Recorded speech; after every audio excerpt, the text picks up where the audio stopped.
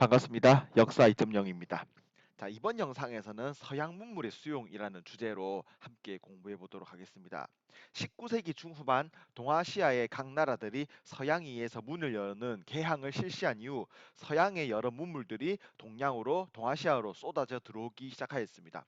이 과정에서 우리의 여러 가지 생활 모습과 우리 머릿속에 들어있는 사고방식, 사상까지도 많은 변화가 발생하게 되는데요. 이 여러 가지 변화의 모습 을 이번 33번에서 한꺼번에 다뤄보도록 하겠습니다. 우선 첫 번째, 서양 문물의 도입입니다. 동아시아의 여러 나라가 개항을 진행한 이후 서양의 생활 방식이 동아시아에 수용되어 들어오기 시작하였습니다. 우선 서양식 복장과 단발이 확산되었습니다. 단발은 머리에 틀고 있는 상투를 자르는 것을 말하죠. 그리고 서양의 시건관념이 도입되었습니다.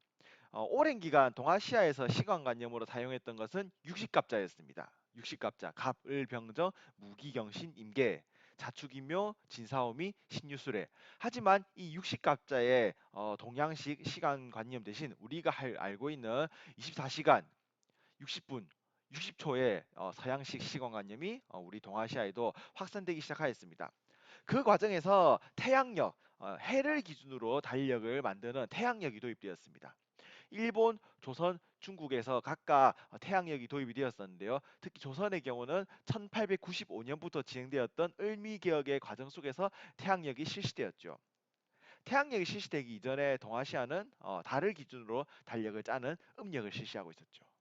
하지만 태양력이 도입되고 이후 하루를 24시간으로 일주일을 7일로 하는 시간관념이 본격적으로 확산되어 가기 시작하였습니다. 다음 근대 도시의 형성 모습을 함께 살펴보겠습니다. 근대 도시의 형성 모습에서 중요하게 알아둬야 할 개념이 한 가지 있습니다. 바로 조계지라고 하는 곳인데요. 자, 문을 연 곳, 개항장에서 외국인의 거주와 영업이 허용된 지역을 조계지라고 합니다. 이 조계지는 외국인들로 하여금 조계지에 들어온 외국인들로 하여금 자기 나라의 법을 적용받도록 하는 치해법권이 적용되는 지역이기도 하였습니다. 자, 조개지를 시작으로 점차 외국인들이 거주하는 지역이 확산되어 가기 시작합니다. 외국인들의 집단 거주지가 형성되는 도시화 현상이 동아시아 각 지역에서 일어나게 되고요. 그 과정에서 전신, 전차, 전화 등의 서양 문물 또한 더욱더 확산되어 가기 시작했습니다. 자, 그렇다면 이런 근대 도시의 형성 과정에서 중국, 일본, 한국에서 구체적으로 어떤 변화가 일어나는지 나라별로 살펴보도록 하겠습니다. 중국의 경우 상하이가 개항장으로서 가장 유명하였습니다. 영국, 미국, 프랑스 등이 조개구역을 설정하여 여러 외국인들이 거주하였고요. 이 상하이는 중국의 대표적인 개항장, 항구로서 널리 알려지게 되었습니다. 자, 일본의 경우 요코하마가 밀수호 통상조약을 통해서 개항하였습니다. 그리고 도쿄 긴자의 서양식 거리가 최초로 등장하기도 하였습니다. 한국의 경우 강화도 조약 이후 개항한 부산, 인천에서 외국인 거류지가 형성되었고요. 조선의 수도였던 한성에서 황성 만들기 사업, 황제가 사는 구역, 황성 만들기 사업이 대한제국 때 진행되기도 하였습니다. 자, 동시에 철도, 항로, 전선 등이 발전하기 시작합니다. 동아시아에 철도가 들어오면서 긍정적인 면과 부정적인 면이 동시에 나타나는데요. 자, 긍정적인 면은 인구 이동 그리고 물자 유통이 촉진되었다라고 하는 점입니다. 반대로 나타난 부정적인 면은 이 철도 부설이 여러 열강 세력이 동아시아를 군사적, 경제적으로 침략하는 수단으로 이제 만들어졌다라고 하는 점입니다. 그래서 철도의 이런 부정적인 면, 서양 열강의 침략의 수단이라는 점에 초점을 맞춰서 의화단이 철도 파괴 운동을 진행하기도 하였었죠. 자, 그렇다면 동아시아의 철도 발전 모습을 중국, 일본, 한국 이 세 나라의 모습으로 구체적으로 살펴보도록 하겠습니다. 중국의 경우 서양 열강의 침략, 그리스도교 전파, 풍수 문제 등으로 여러 서양 문물에 대한 부정적인 생각을 가지게 되었습니다. 철도에 대한 생각 또한 부정적일 수밖에 없었지요. 그래서 조금 전에 살펴봤던 의화단의 철도 파괴 운동 등이 일어납니다. 청일전쟁 이후 여러 열강들은 청나라 곳곳에 철도 부서권을 장악하게 되고요. 청나라는 스스로 철도를 만들 수 없는 다른 나라가 철도를 만들어 줄 수밖에 없는 처지에 놓이게 됩니다. 이러한 상황 속에서 우리 중국 청나라가 스스로 철도를 만들자, 철도를 만드는 권리를 되찾자라고 하는 철도 이권 회수 운동이 진행되기도 합니다. 일본의 경우 일찍부터 철도에 관심을 가졌습니다. 교토와 요코하마 사이에 최초의 철도가 1872년 개통된 것을 시작으로 일본 각 지역에서 철도가 뻗어나가기 시작하였습니다. 자, 한국은 일본에 의해서 경의선, 서울과 인천 사이의 경의선, 그리고 서울과 부산 사이의 경부선이 부설되었습니다. 그리고 서울과 의주 사이의 경의선도 일본에 의해서 부설되었죠. 하지만 이 철도들을 부설하는 과정에서 일본에 의한 토지 약탈이 진행되었고요. 의병들은 이 철도가 일본이 부설하는 철도가 침략의 수단으로 악용된다라고 판단하여 철도 파괴 운동을 진행하기도 하였습니다. 우리가 27번 학습지에서 배웠던 일본의 침략에 맞선 의병의 활동 과정 속에서 이 철도 파괴 운동이 동시에 진행되었죠. 자, 지금까지는 철도의 발전 모습에 대해서 알아보았습니다. 이제부터는 항로, 뱃길에 대한 이야기를 알아보도록 하지요. 조선, 청, 일본의 개항장을 중심으로 각 지역으로 뻗어나가는 뱃길, 항로가 개설되었습니다. 자, 다음은 동아시아의 전신망의 발전 모습에 대해서 살펴보도록 하겠습니다. 전신이란 전기를 이용하여 자신이 보낼 내용을 전달할 수 있는 통신 방법의 하나입니다. 우리가 흔히 알고 있는 모스부호를 이용하는 것이 바로 전신이죠. 자, 이 전신은 동아시아의 주요 개항장과 도시 각 지역에 설치합니다. 그 결과 1880년대 말에는 하루 만에 동아시아 각 지역 사이에 통신이 가능한 수준까지 발전이 이루어지게 됩니다. 자, 1905년경 동아시아의 철도망 발전 모습을 나타낸 지도이고요. 자, 개항기 동아시아 각 지역의 철도 그리고 항로의 발달 모습을 나타낸 지도입니다. 눈으로 대략적으로 주요 도시의 이름과 항로, 철도의 망 연결 위치를 확인해 주기 바랍니다. 자, 지금까지는 서양에 의한 물질적인 문명 변화 모습을 살펴보았습니다. 이번에는 우리의 정신세계, 사상에 일어난 여러 서양의 영향들 그리고 이에 따른 변화를 함께 살펴보도록 하겠습니다. 자, 이를 서양적 세계관의 전파, 서양이 세계를 바라보는 관점이 전파되었다라고 학습지에서는 표현을 해놨는데요. 자, 그 중에서 가장 중요하게 알아볼 첫 번째 개념은 만국공법입니다. 서양에서 만든 국제법을 동양에서는 만국공법이라고 번역하였습니다. 서양은 이 만국공법이라고 불리우는 국제법을 만들므로써 주권을 가진 여러 나라들 사이에 대등한 평등한 관계를 지향했습니다. 하지만 여기서 평등한 관계, 대등한 관계에는 함정이 숨어 있습니다. 서양에서 바라보았던 대등한 관계, 평등한 관계는 문명이 발달한 나라, 문명이 발달하여 스스로의 주인된 권리를 지킬 수 있는 나라들 사이에서만 한정된 것이었습니다. 서양의 열강들은 모든 전 세계 국가를 문명이 발달한 문명국, 어, 그보다 가장 떨어지는 수준의 문명이 발달하지 않은 미개국, 그리고 그 사이에 있는 수준의 반문명국의 단계로 전 세계 여러 나라들을 구분하였습니다. 우등한 나라와 열등한 나라의 서열을 나눈 것이죠. 그리고 이 만국공법은 문명국 사이에서만 적용된다. 따라서 반문명국 혹은 미개국과의 관계를 맺을 때는 만국공법에 따른 대등한 관계를 지향할 필요가 없다라고 서양 열강들이 생각했습니다. 그래서 서양 열강들이 동아시아의 여러 나라들과 개항을 하고 조약을 체결하는 과정에서 너희 동아시아의 여러 나라들은 미개한 나라다. 문명이 아직 발달하지 않는 나라이기 때문에 대등한 관계로 조약을 맺을 수 없다라는 논리를 들어서 불평등 조약을 맺고 침략을 합리화하였던 것이죠. 이 만국공법을 중국은 다음과 같은 내용으로 수용하였습니다. 중국은 만국공법을 받아들이면서도 중국 중심의 세계관, 화이관을 유지하였습니다. 중국 중심의 세계관을 유지한 상태에서 외교 실무를 진행할 때 참고하는 정도로만 활용하자가 바로 중국의 만국공법 수용 모습입니다. 자, 그러면 일본은 어떻게 만국공법을 받아들였을까요? 일본은 서양과 맺은 불평등 조약을 개정할 때 그 근거로서 만국공법을 활용하였습니다.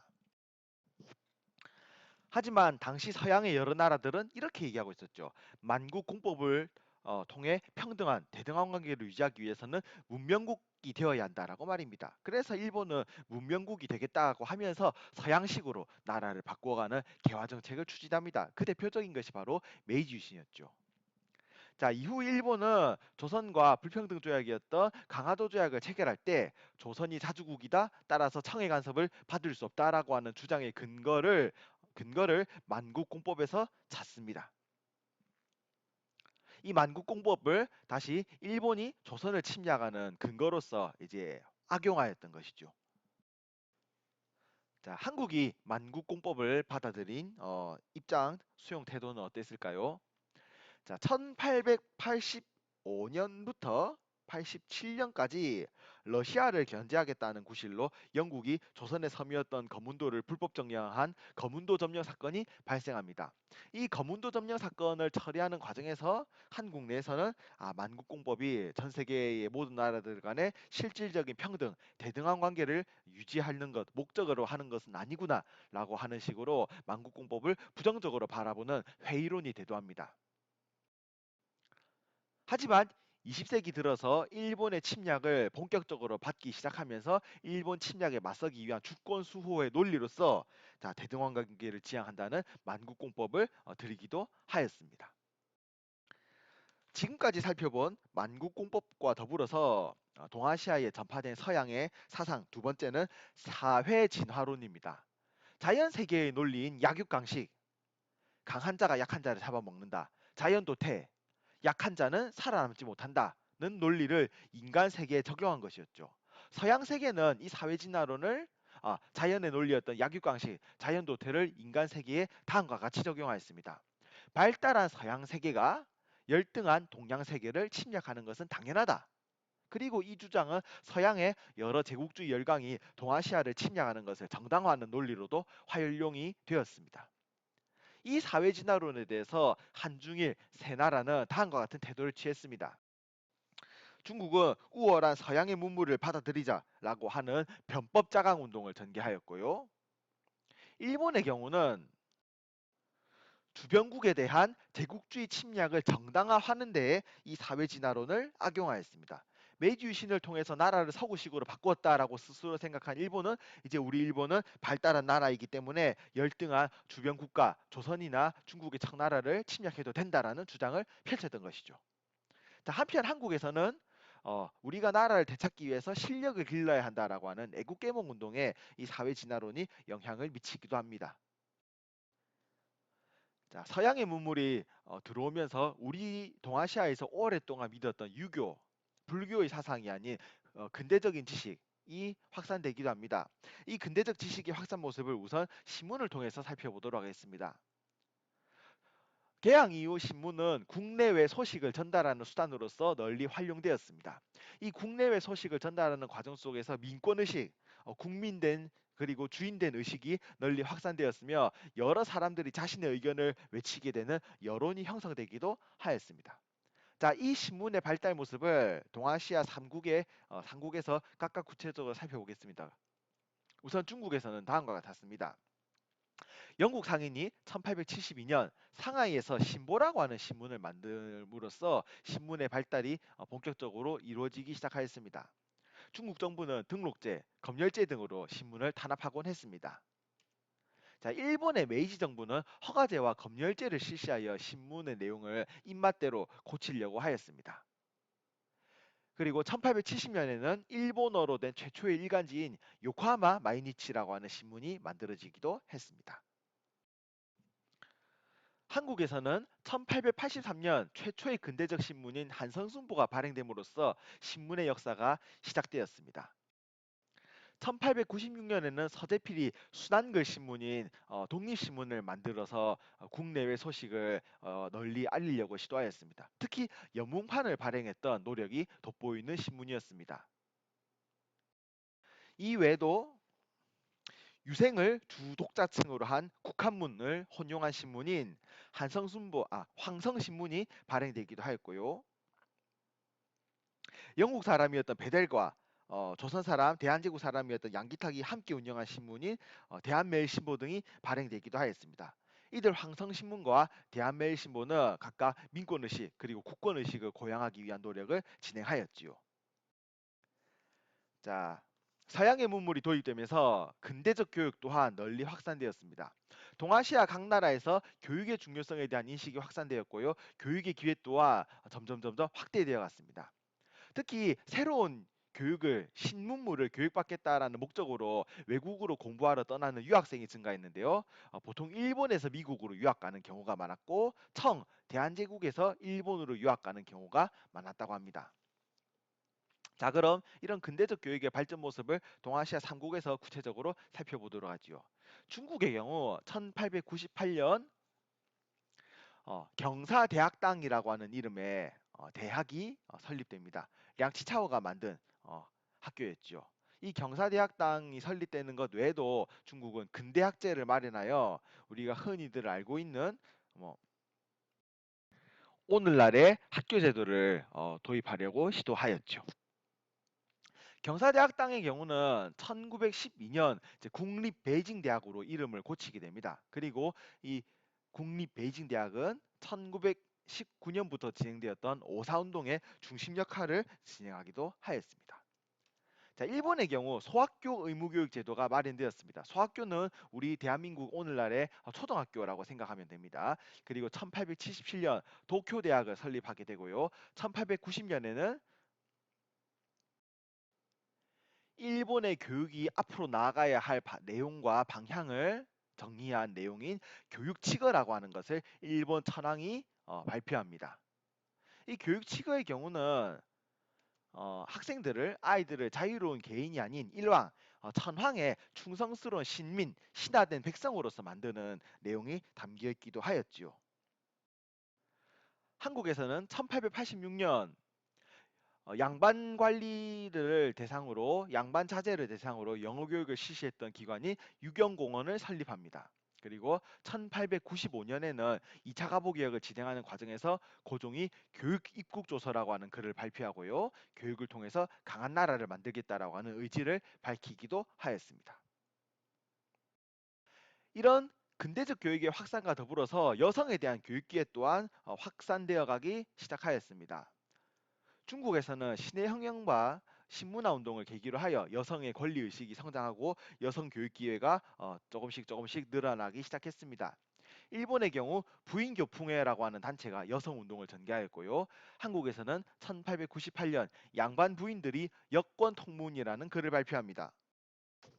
여성도 남성과 평등한 권리를 가진 인간이며 경제적 능력을 가지어야 하고 교육 또한 받아야 된다는 주장을 담은 글이었고요. 이 여권 통문의 내용을 실행에 옮기기 위해서 찬양회라고 하는 단체를 만들고 여성교육, 여성운동을 위한 노력을 진행하였죠. 자, 이번 영상에서는 동아시아에 전파된 서양 문물의 모습을 함께 알아보았습니다. 다음 시간에는 2차 세계대전이 끝난 이후 국제 세계가 어떤 외교적인 변화 모습을 보여가는지 어떤 모양의 국제 관계가 전개되는지를 함께 살펴보도록 하겠습니다. 오늘은 여기서 마무리 짓겠습니다. 수고하셨습니다.